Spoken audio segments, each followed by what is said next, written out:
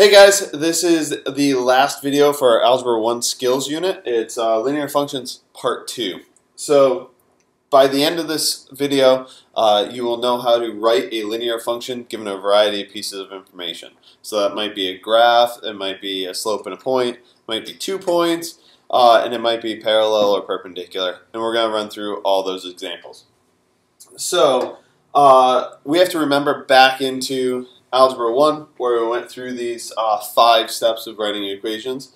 It seems like we went through that for like 2 months in Algebra 1. But first step is always to find the slope. So on a graph or as a run, point, the formula, that sort of thing, sometimes it's just given to us. Second step is always to plug that slope in. Okay, so remember we're writing it in y equals mx plus b, so we would take that value and just put it in right for m. Third step is to plug in a point. Remember, points are x comma y. That fills in all this information, so then in the fourth step we can solve for b or our y-intercept. And the fifth and final one is just to rewrite the equation using y equals mx plus b. M and b and the y and x are always there. Hey guys, my first appearance in the Algebra 2 videos. So here we go. Parsons gave you the steps that we're going to use to find the equation of this line. This one, the information we're given is in the form of a graph. So, first step Parsons said was find the slope. So find m, which is your slope. Now, how do we find it when we're given a graph? Okay, if we remember, slope m equals rise over run. Okay, so we can look at our graph. Pick 2 points. Now, in this case, they picked the points out for us. So, first point is up here at 1, 6. I just went off the video. First point is 1, 6. So we're going to do our rise over run, the first thing we want to do is draw our triangle. We're going to go down to show our rise, which is a fall in this case, and then to the right, which is to show our run. Our rise, we're going to go down 1, 2, 3, 4, 5, 6. If we go down, that's a negative, so our rise becomes negative 6. Okay, that's our rise. Our run is 2 places. Our run is 2. It's positive because we went to the right. I simplify, I reduce that, negative 6 divided by 2 is negative 3. There's my slope. All right, now our next step, now that we found the slope, is to find the y-intercept. Okay, in this case, we were given a graph. So finding the y-intercept given a graph is really pretty easy. So let's just look where the line, okay, here, intersects the y-axis. So if we go up to where it intersects the y-axis, it's right here. Okay, and that point is 9, at 0, 9. So our y-intercept, okay, which we call b, okay, is going to be at 9. The y-intercept would be 0, 9. Our value of b would be 9. Okay, so now we have our 2 pieces of information. We have our slope, m equals negative 3, and we have our y-intercept 9. Now we simply plug it into y equals mx plus b. Our equation becomes y equals negative 3x plus 9. And there's the equation of our line. And let's see, we have another example. Mr. Parsons, all yours. All right, guys. So this is the another way of finding the equation of a line, where we're given the slope. Okay, so our step number 1 is done. So our m is negative 2, and then we have this point 3, 7. So far in our equation, we have y equals negative 2x plus b. And we need to find that b. But we know that 3 is the x and 7 is the y for this specific case. So we can take those and plug them in. So we would plug them in as 7 equals negative 2 times 3 plus b. Okay, so now all that's left as a variable is that b. So I can just solve for b. Negative 6 plus b. Now I'm going to add 6, and I got b is 13. Okay, so now I have b is 13, my m is negative 2, so now my equation is y equals negative 2x plus 13. That is my grand answer. And do you notice that y and x are back because this was for a specific point. This is for every point on that line. All right, on to the next one. Let's see. Here we have an interesting twist on the problem.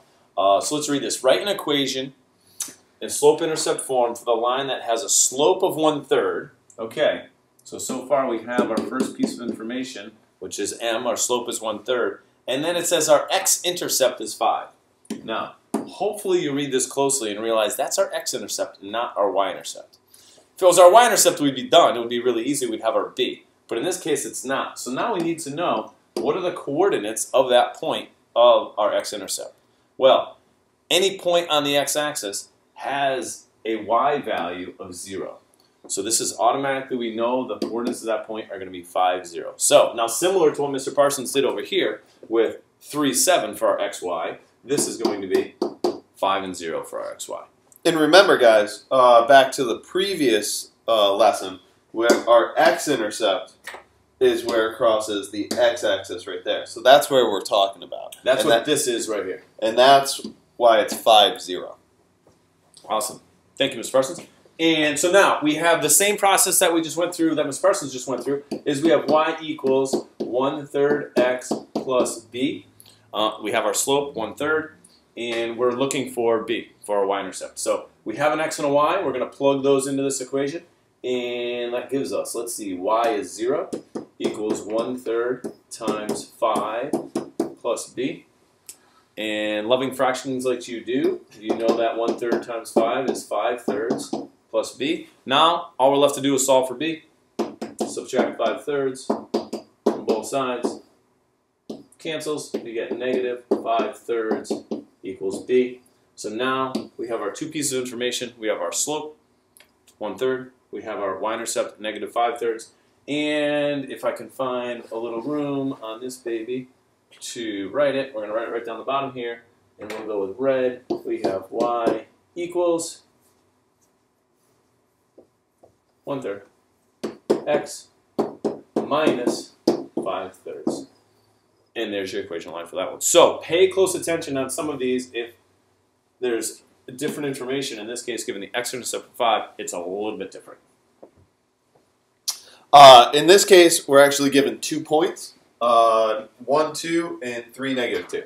So in the previous lesson, we went through the slope formula, which is y2 minus y1 over x2 minus x1. So we have to use that to get our slope. So I'm going to do this really quickly. Negative 2 minus 2 over 3 minus 1. Negative 2 minus 2 is negative 4. Over 3 minus 1 is 2. That's negative 2. So that's my m. So right now I have y equals negative 2x plus b. Okay? I can take either one of these points and plug it in. So I'm going to choose this one too. The reason I'm going to choose that one, this one has a negative. And I can tell you that most students make mistakes when they're dealing with negatives. Okay? So I'm going to make that my x, that's my y. I'm going to plug that in. So now it's going to be 2 equals negative 2 times 1 plus b. So negative 2 times 1, negative 2. Okay? Add 2 to both sides. I got b equals 4. I now have my two pieces of information. I can write y equals negative 2x plus 4. And that is my answer. Okay, I think we have one problem left. Let's see. Oh, 2 problems left. Okay, again, a little twist on the this. For this one, write an equation of the line that passes through 8, 2 and is perpendicular to the line whose equation is y equals negative 1/2x plus 3. Okay, we need to know some information here. We're looking for the equation of a line that is perpendicular to another line. It needs to be perpendicular to this line. Okay, first bit, what's the slope of this line? Well, the slope is the coefficient of x. So here, our slope is negative 1/2. We're looking for the slope of a line that's perpendicular to that. Now, what is perpendicular? Perpendicular is when two lines are at right angles to each other. Okay, like that or like that. If they're at right angles to each other, if you recall from Algebra 1, the slope of a line perpendicular, the slope of the perpendicular line, is actually equal to the inverse, the opposite reciprocal. So it's the opposite sign. So since this slope was negative, this slope is positive, and it's the reciprocal of 1/2. The reciprocal of 1/2 is 2. So the slope of a reciprocal line is positive 2. So for this one, we know our first piece of information now, which is our slope is 2. Now we can start writing our equation, which is y equals 2x plus b. So we've got that first piece of information down. The next thing we need to find is our y-intercept, b. How do we do that? Well, again, we're given this information here. We're given that it passes through the point 8, 2. Okay, so that's our x and our y value. Same process we've been using. We'll plug those back into here into this equation, and for y we'll plug in 2, and for x we'll plug in 8. Okay, now we can solve for b, which is pretty straightforward. 2 equals 16 plus b. Scroll that down a little, and subtract 16 from both sides. Negative 14 equals b. Okay, we have our two pieces of information again. B equals negative 14. M was 2, so our equation becomes y equals 2x minus, since it's negative, 14. So this is the equation of a line that is perpendicular to this line, perpendicular to negative 1/2 x, so the slope is the opposite reciprocal, and it passes through the point 8, 2. One more problem to go. And this one deals with parallel lines. So parallel lines, unlike perpendicular ones that cross at T, at a 90-degree angle, parallel lines never intersect. If they never intersect, their rise and their run are exactly the same. So we look at this equation, okay? We don't care about the y-intercept. The y-intercept is going to be different. We only care about the slope. So the slopes of parallel lines are always equal. So my m of the equation that I'm looking for is 3. And then I use this negative 1, 5 as my point that I'm dealing with. So now I'm going to y equals 3x plus b. Then I take my xy, plug it in again. 5 equals 3 times negative 1 plus b. And then solve for b. Add 3. My b is 8. So now I can write my equation. Y equals 3x plus 8. You'll notice that they have different y-intercepts, plus 1 plus 8. They're just one's higher, one's lower, and they never intersect. So now, please complete these practice exercises. There's 3 in each section, and then check your answers. After you do that, work on that practice worksheet until you've mastered those skills so you can ace the learning goal quiz. Good luck, guys. If you need anything, let us know.